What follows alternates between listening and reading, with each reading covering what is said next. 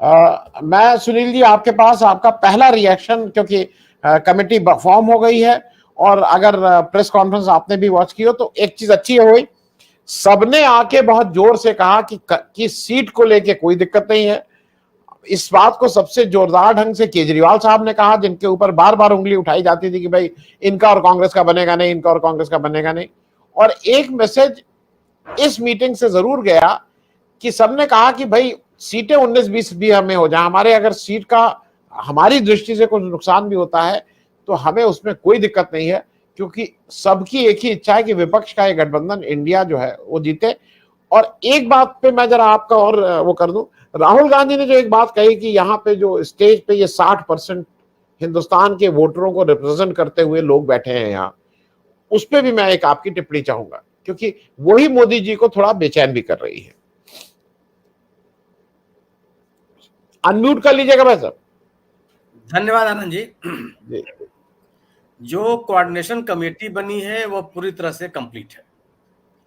जिस तरीके के लोगों का प्रतिनिधित्व होना चाहिए वो लोग शामिल हैं। गंभीर किस्म के लोगों को प्रत्येक राजनीतिक दल ने इस कमेटी में अपनी ओर से नामांकित किया है। ऐसे लोग हैं जिनका अपने अपने राज्यों में एक अच्छी स्थापित लोग हैं, जिनका अपने दल की ओर से व्यक्तिगत रूप से अच्छी खासी फॉलोइंग है। शरद पवार जी जैसे लोग हैं जिनको अगर ये कह सकते हैं आपकी उस पूरे कमेटी की गंभीरता को और बढ़ा देती है। 2-2, 3-3 मुख्यमंत्री अगर उसमें शामिल हैं, हेमंत सोरेन जी शामिल हैं और स्टालिन जी हैं डीएमके की ओर से, तो ये मायने रखता है। गोया कि आप इसको यह कह सकते हैं कि बड़ी गंभीरता के साथ, चिंतन मनन के साथ और आपसी सहमति के आधार पर इस कमेटी का गठन किया गया है। और यह कमेटी इंडिया दल समूह से जुड़े हुए सभी विषयों पर निर्णय लेगी, जिसमें सीट शेयरिंग में शामिल है। और बिल्कुल सही है कि जिस तरीके से सभी दलों ने, इंडिया दल समूह के सभी सदस्यों ने कहा कि सीट शेयरिंग उनके लिए कोई समस्या नहीं है, तो ये बड़ा संदेश है। यह होना भी चाहिए। सवाल यह है कि जिन मुद्दों को लेकर के आपने इस गठबंधन को बनाया है, उस मुद्दों को, उन उद्देश्यों को हासिल करने के लिए आपको अपने राजनीतिक जो दलीय स्वार्थ हैं उससे ऊपर उठना पड़ेगा।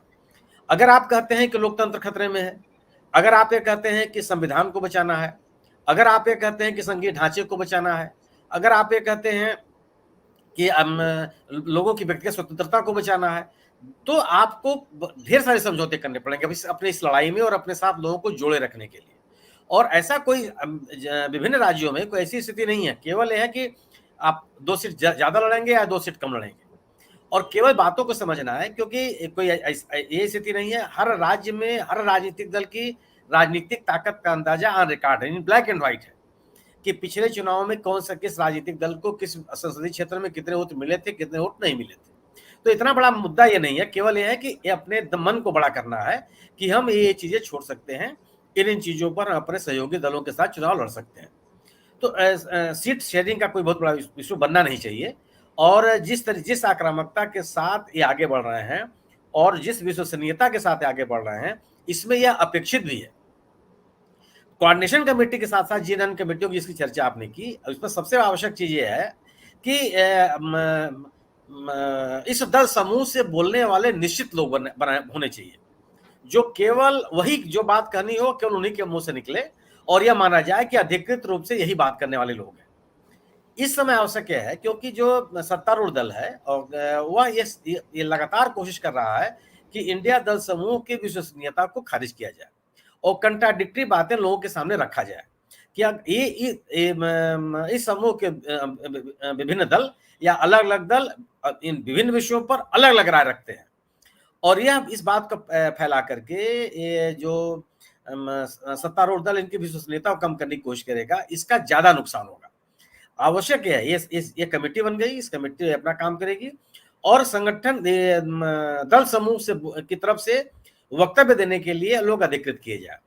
प्रेस कॉन्फ्रेंस में खड़गे जी ने और उद्धव ठाकरे ने और राहुल गांधी ने जो सवाल उठाए गए हैं वह लोगों के बीच में एक बड़े मुद्दे के रूप में सामने आएंगे, चाहे वो चीन का अतिक्रमण हो, चाहे महंगाई बेरोजगारी का मामला हो, चाहे लोगों के व्यक्तिगत स्वतंत्रता के साथ समझौते के इश्यूज हो या बेरोजगारी का मुद्दा हो, जिसको बड़े तीखे स्वरों में बड़े साफ साफ शब्दों में नेताओं ने कहा है तो इस प्रेस कॉन्फ्रेंस का यह भी उल्लेखनीय तत्व है कि दल समूह के वरिष्ठ नेताओं ने उन मुद्दों को भी आगे किया जिन मुद्दों को लेकर के आगे अपने चुनाव की भी राजनीति करेंगे।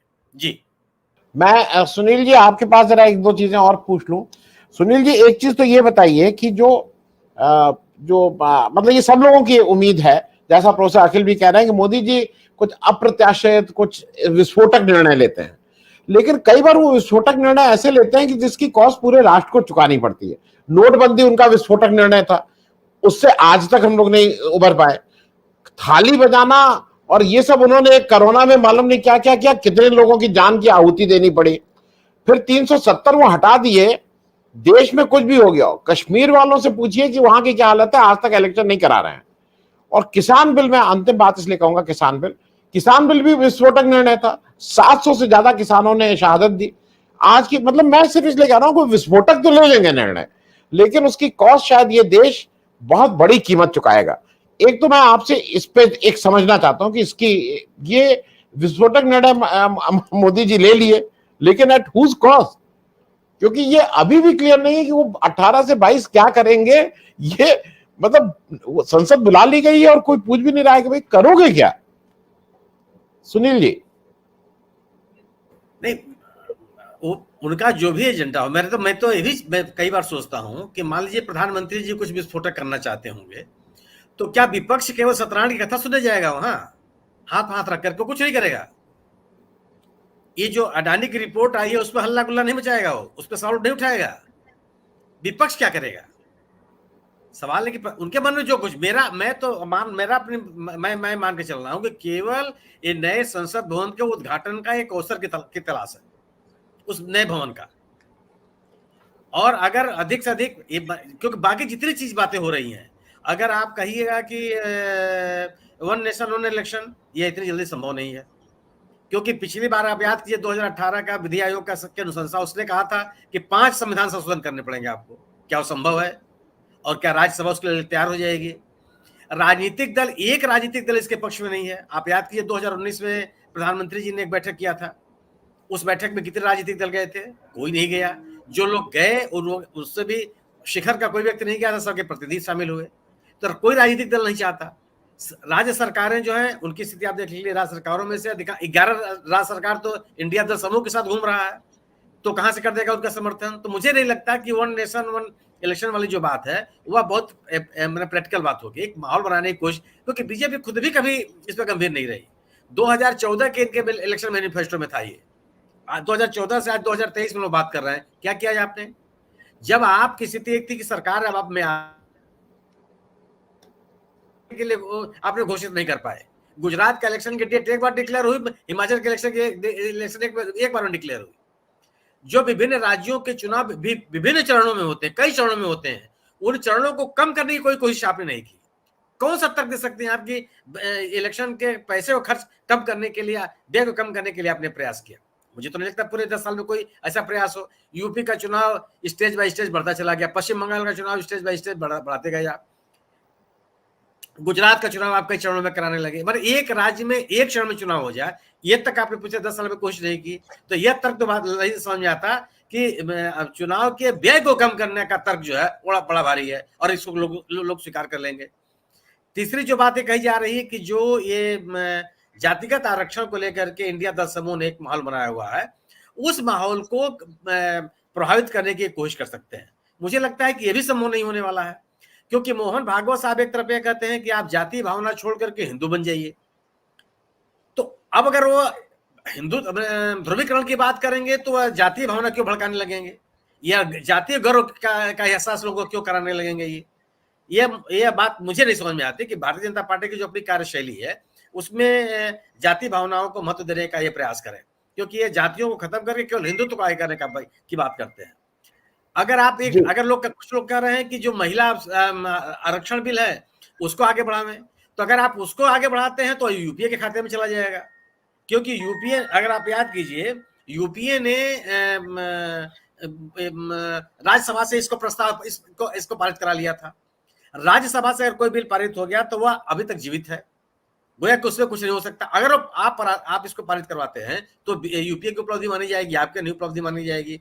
यूपी अपने खाते में लेके चलेगा कि हम तो तब से लगे हुए थे, 10 साल जो लटका के रखा। इनको तो उसी समय कर लेना चाहिए था जब सरकार बनी, क्योंकि राज्यसभा से पारित विधेयक खत्म नहीं होता, लोकसभा से पारित विधेयक खत्म होता है अगर उसकी अवधि खत्म हो जाए तो वह महिला आरक्षण का ही मुद्दा मुझे नहीं लगता कितना गंभीर है जिसको आगे बढ़ाएंगे। ऐसी कोई चीज मुझे नहीं समझ आती। नहीं, मैं सुनील जी एक चीज जरा और मतलब राष्ट्रपति जी को और वो भी कोविंद जी को कौन सी ऐसी बात है कि उसको उनको खींच के ले आके उन्होंने इसका अध्यक्ष बना दिया। मैं दर्शकों को बता दूं, कोविंद जी अभी तक 2 विधानसभा चुनाव लड़े हैं और दोनों हार गए हैं। वो आज तक कोई चुनाव जीते ही नहीं। वो राज्यसभा से उनको नामित करके वो वहां चले गए थे।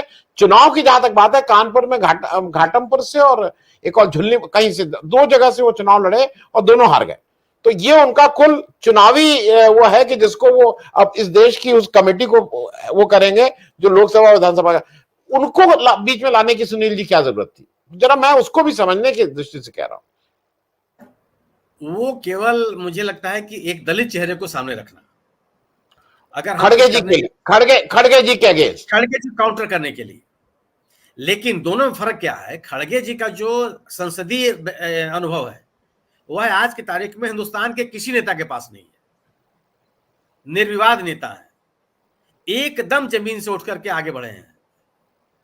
कोई लिगेसी उनके पास नहीं है अपने परिवार की। जो कुछ भी उनका हासिल है व्यक्तिगत हासिल है। 11 बार का चुनाव जीता हुआ आदमी, 9 बार विधानसभा का, 2 बार लोकसभा का, आज इस समय राज्यसभा में। एक नेता इस देश में नहीं है जो उस लेगेसी का हो या जो उस अनुभव का हो। तो वह काउंटर आप मैंने खड़गे जी को काउंटर ही नहीं कर सकते। इसीलिए मैं बार बार मेरी अपनी समझ ये है कि इंडिया दल समूह में अगर आप 2 ही नेता ऐसे हैं पूरे समूह में जिसको एनडीए कारण नहीं कर सकती है, एक खड़गे जी और एक नीतीश कुमार। ये दोनों के दोनों जो जिनका एजेंडा है, भ्रष्टाचार की बात आप करेंगे वो खड़गे जी पर, नीतीश कुमार पर चश्मा नहीं होता।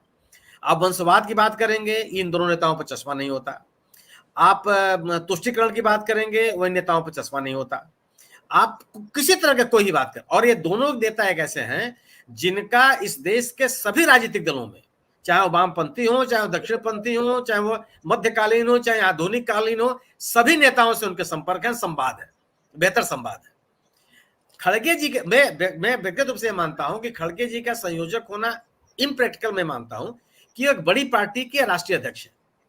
उनके पास वो कितना समय निकाल पाएंगे इंडिया दल समूह की गतिविधियों के लिए, यह मेरे जैसे आदमी के लिए एक सवाल है।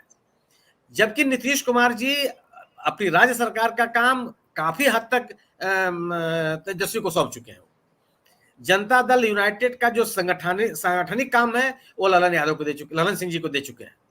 वह अकेले व्यक्ति हैं जिनके पास जो 24 घंटे उपलब्ध हैं इस इंडिया दल समूह की गतिविधियों को संचालित करने के लिए, और एक ऐसा आदमी जिसकी अपील भी है और किसी भी क्षण किसी देश के किसी कोने में कभी भी वो पहुंच सकते हैं और अपनी बात बड़ी साफगोई से कहते हैं। तो अगर तो इंडिया दल समूह, लेकिन मेरे अनुसार एक सबसे बेहतर चॉइस जो है वो नीतीश कुमार मेरे अनुसार बैठते हैं, और जिनकी आक्रामकता बीजेपी के खिलाफ लगातार आक्रामक है। वो बीजेपी के साथ रह करके भी उन्होंने बीजेपी के एजेंडे को कभी लागू नहीं होने दिया। जो उनकी अपनी छवि रही है धर्मनिरपेक्षता की और समाजवादी होने की, उसको उन्होंने कभी अपने संलग्न होने दिया, और भ्रष्टाचार का आरोप आज भी उनके ऊपर नहीं लग पाया। तो एक ऐसा व्यक्ति अगर आप लाते हैं तो जिसका हिंदी बेल्ट में तो है ही है, इसके अलावा भी अन्य राज्यों में भी उनकी एक अच्छी खासी एक मैं मानता हूं कि एक पब्लिक कनेक्ट है और राजनीतिक दलों से संपर्क उनका। तो नीतीश कुमार मेरे हिसाब से एक बेहतर चॉइस हो सकते हैं। तो एक और जो आपने बात कही उपराष्ट्रपति महोदय को लाने का, वह कोविंद साहब को लाने केवल यही है कि खड़गे साहब के सामने हम भी एक दलित चेहरा, जैसे अखिल स्वामी साहब बार बार नहीं कहते हैं कि साहब इनके यहाँ केवल ब्राह्मण है, ब्राह्मण में भी कौन चितपावन ब्राह्मण है और केवल ये ब्राह्मण है। तो इस आरोप से भी तो बचना है, और उस आरोप से बचने के लिए एक चेहरा कि देखिए इतना बड़ा काम मैं करने जा रहा हूं और उसका चेहरा मेरे सामने, क्योंकि नाम बुलाने के लिए ना, एक आदिवासी महिला को, सम्मानित महिला को हमने राष्ट्रपति बना दिया जो समाज के सबसे पिछड़े वर्ग के हैं। उपराष्ट्रपति जी खाली हो गए हैं, उसके बावजूद भी मैंने उनको बड़ी जिम्मेदारी सौंपी है। यह एक नैरेटिव बनाने की कोशिश है। मेरा सुनील जी 2 छोटे छोटे प्रश्न। एक, कुछ लोग ये भी दूर की ला रहे हैं कि वहां जेके जम्मू कश्मीर का स्टेट का रिस्टोरेशन करेंगे। मेरे हिसाब से रूल आउट है। रूल आउट है कि वो जम्मू कश्मीर का इस सेशन में कुछ रेस्टोरेशन करें। वो सुप्रीम कोर्ट के डंडे से कर देंगे, वो अलग बात है। दूसरा, कुछ लोगों का यह भी मानना है कि एक वजह राहुल गांधी की प्रपोज भारत जोड़ो यात्रा 2 भी है, क्योंकि उनको उससे भी कहीं डर लग रहा है कि अगर ये भारत जोड़ो यात्रा 2 हो गई 2024 में मई से पहले, तो मामला और खराब हो जाएगा। इन दोनों चीजों पे, जम्मू कश्मीर का रिस्टोरेशन के लिए पार्लियामेंट और भारत जोड़ो यात्रा का डर। नहीं, जम्मू कश्मीर विधानसभा का रिस्टोरेशन से इनको क्या हासिल होगा राजनीतिक रूप से? हमारे जो लोग उनके विरोधी हैं वो पहले से विरोध करते, तो उसको खत्म करने के खिलाफ में थे। और जिन अपने समर्थकों को संतुष्ट करने के लिए उन्होंने 370 खत्म किया था, उनके अंदर अलग से नाराजगी आएगी कि आधा अधूरा काम करते हैं आप। तीसरी चीज कि वहां पे जो चुनाव का राजनीतिक माहौल है वो इनके पक्ष में नहीं है। अगर इनके पक्ष में होता तब तक ये चुनाव करा लिए होते, तो उसका कोई बहुत राजनीतिक फायदा मुझे नहीं लगता कि इनके समर्थकों में चाहे इनके विरोधियों में किसी को मिल रहा हो। और सुप्रीम कोर्ट को बताने के लिए सुप्रीम कोर्ट ने उनको डेट तो दिया नहीं, उन्होंने कहा कि हम जल्दी से जल्दी वहां पे इसको बहाल कर देंगे, उसके जो स्टेट हुड है उसको बहाल कर देंगे, वो अलग का मुद्दा है। ये निश्चित रूप से जो दूसरी यात्रा है वह यात्रा एक चुनौतीपूर्ण तो है ही है बीजेपी के लिए, क्योंकि जो राहुल गांधी ने पब्लिक कनेक्ट का अपना एक तरीका अपनाया है वह पब्लिक कनेक्ट बीजेपी के लिए घातक है। क्योंकि एक जो माहौल बनाने का काम बीजेपी करती है उसका जबरदस्त काट राहुल गांधी की यात्राएं हैं, तो वह तो एक चुनौती है, लेकिन उसका कोई विकल्प इनके पास नहीं है। उसके असर को कम करने का कोई तरीका इनके पास नहीं है, क्योंकि जिन मुद्दों पर इस सरकार के खिलाफ माहौल बना है वह मुद्दे अब 2-4 दिन में जल्दी तय होने वाले नहीं है। और पार्टी भी महसूस करने लगी। आप सोचिए कि मध्य प्रदेश में एक विधायक जी ने इस्तीफा दे दिया, उन्होंने क्या नहीं कहा है? ये सोच सकते थे आप कोई बीजेपी से कोई तरह से इस्तीफा दे दे? आप सोच सकते थे कि किसी राज्य का पूर्व मुख्यमंत्री जो बीजेपी का है वो इस्तीफा दे दे और कांग्रेस को ज्वाइन कर ले? कर्नाटक में आपको दिखाई पड़ गया, हिमाचल में आपको दिखाई पड़ा, और जो गडकरी साहब का वीडियो वायरल हो रहा है कि मोदी जी हाथ खड़े हो और वो पीछे हाथ रख के खड़े हो, ये कोई कल्पना कर सकता था? और एक राजनीतिक माहौल यह है कि मोदी जी के पास चुनाव जिताने हराने की क्षमता कितनी रह गई है यह विमर्श में है। और आनंद जी, मैं इस बात से, आप सोचिए ना कि आप ध्रुवीकरण के नाते राष्ट्र पूरे देश में चुनाव जीत जाए, ऐसा होता नहीं है। आप याद कीजिए 2002 में गुजरात में दंगे हुए, लंबे समय तक चला, आरोप लगाया जाता है कि ध्रुवीकरण का प्रयास किया गया था, और 2004 के चुनाव में पूरे देश में हार गया। क्या कर लिया? आप याद कीजिए 1992 में बाबरी मस्जिद गिरी यूपी में, 1993 में यूपी में चुनाव हार गया, और 1996 में पूरे देश में चुनाव हार गए। तो ध्रुवीकरण चलता नहीं। आप जब गवर्नेंस में हैं तो आपको यह बताना पड़ेगा कि हमने किया क्या है। उस मुद्दे पर अगर आप जनता को संतुष्ट नहीं कर पाते तो मुझे नहीं लगता है कि आप बहुत कुछ कर पाएंगे। बहुत मैंने वो आपको उपलब्धि मिल जाएगी कि आप जिस तरह के सवाल इंडिया दल समूह ने आपके सामने खड़े किए हैं उनको लेकर के आप लोगों को संतुष्ट कर पाएंगे। बड़े सवाल हैं। अब ये 5 दिन में ऐसा कुछ भी नहीं होने जा रहा। हम और आप बहुत सोच रहे हैं, लेकिन मुझको तो लग रहा है कार्रवाई चल पाएगी नहीं चल पाएगी। विपक्ष खड़ा कहेगा कि हमको जेपीसी चाहिए, विपक्ष कहेगा कि मणिपुर का हालचाल मुझे बताओ, विपक्ष ये कहेगा कि जो नो में जो दंगा हुआ था उसके दोषियों का क्या किया आपने। ये तमाम सवाल पैदा होंगे। विपक्ष बैठ करके केवल भाषण सुनने थोड़ा जाएगा। वहां जब संसद का सत्र हो रहा है तो सबको बोलने की आजादी है। आपने कहा कि 0 आवर नहीं होगा, आपने कहा कि क्वेश्चन आवर नहीं होगा, आपने कहा कि प्राइवेट मेंबर बिल नहीं होगा, मत हो। ध्यानाकर्षण प्रस्ताव तो हर सत्र में होता है, उसको कैसे मना कर सकते हैं आप? तो ये स्थिति नहीं है। मुझे लगता है कि एक राजनीतिक माहौल बनाने का प्रयास बीजेपी के खिलाफ अपोजिशन भी करेगा, वो भी अपनी रणनीति तय कर रहा होगा। और जेपीसी का मुद्दे जो राहुल गांधी ने कल बता दिया कि अडानी के मुद्दे पर जेपीसी चाहिए और पूरा इंडिया दल समूह उसके साथ है, क्या ये मुद्दा नहीं उठेगा संसद में? उसको छोड़ देंगे वो? नहीं, आप एक तरफा बात करते रहिए। तो यह अवसर बीजेपी के साथ साथ अपोजिशन के पास भी है कि देश में एक अलग तरह का माहौल खड़ा करे कि भ्रष्टाचार के मुद्दे पर, महंगाई के मुद्दे पर यह सरकार किस तरह से मौन है, और इसको बोलने के लिए विवश किया जाना चाहिए। जी सुनील जी, सबसे बड़ा मुद्दा तो अडानी जी आ गए हैं। मतलब बाकी तो छोड़ ही दीजिए, मतलब मुद्दों के ग्रैंडफादर जो हैं इस देश की राजनीति में, मुद्दों के विपक्ष का जो ग्रैंडफादर है वो अडानी जी खड़े हो गए हैं। तो अब बाकी चीजें एक तरफ, अडानी जी एक तरफ।